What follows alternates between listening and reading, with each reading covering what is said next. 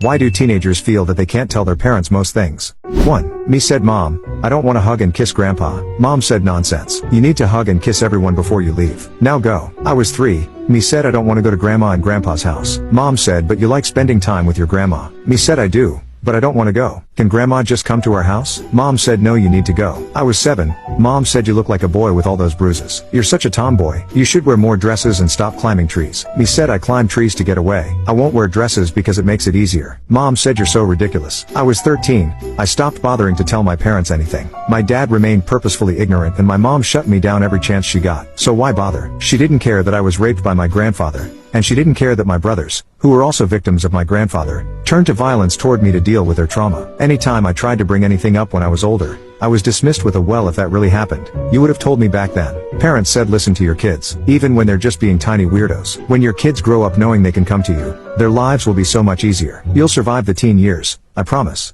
2. I have to give you an example from my own life. Hey, Mom, so I wanted to tell you that I didn't study for my history test and I might have flunked it. God damn it, Sage. Why can't you just keep track of things and study for your damn tests? Whose responsibility is it to keep track, etc., etc.? Here's what I learned: if I let her know that I made a mistake, I will be yelled at. Awesome. I just won't do that anymore. Mom, when are we going shopping? I said soon. Right now we're struggling to pay bills. Can you just stop being so selfish and be patient? What I learned: if I question her, I will be yelled at. Okay. No more questions. You get the picture. Parents, whether consciously or unconsciously, ultimately train their teenagers not to ask certain things or say certain things. Instead of treating them like an adult, they treat them like a child that needs to be punished. Instead of realizing we are admitting to something and are looking for guidance, they choose to believe we're just irresponsible and need to be taught a lesson. At least, that's how it is with my parents. In other words, in order for there to be trust, parents have to try to be calm and understanding, and talk like adults instead of yelling like we're little kids. With my mom, it's gotten to the point where I rarely even talk to her, because she has shown me that she will never treat me with respect and cannot be trusted or confided in.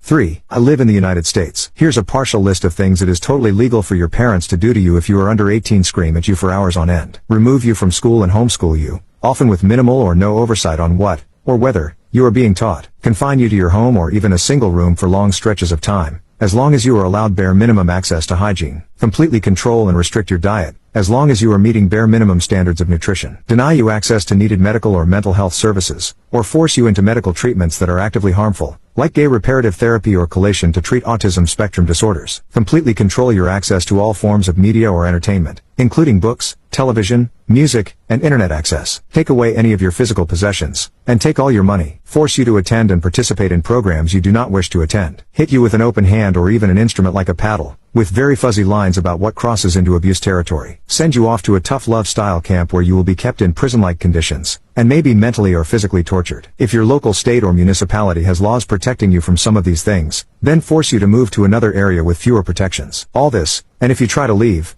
they can have law enforcement bring you back. And even when you do turn 18 and reach legal adulthood, they can deny you access to your birth certificate, social security card, passport, or other documents you might need to be able to move out and live independently. Okay. Now imagine you are a teenager, and imagine that you have good reason to believe that your parents would react badly to the news that you had sex/smoked pot/went to a party/might be gay/made friends with a kid of another race/read Harry Potter. Wouldn't you want to keep it a secret? Bottom line, if you make it clear that it's not safe for your kids to talk to you, they won't talk to you.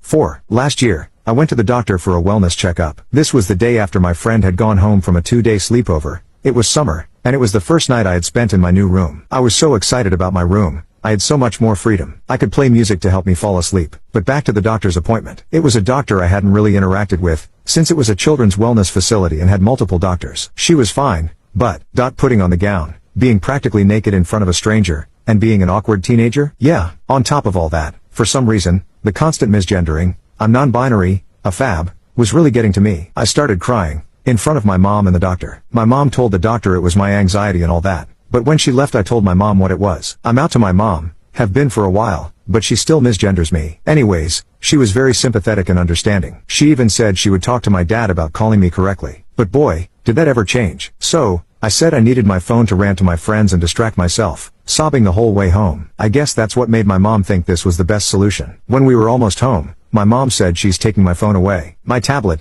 my Nintendo. Why? I don't know. I'm still too afraid to ask. So, why don't I tell my parents a lot of things? Because instead of helping, they almost always make things worse. Thank you for reading, and please be respectful if you decide to reply to me.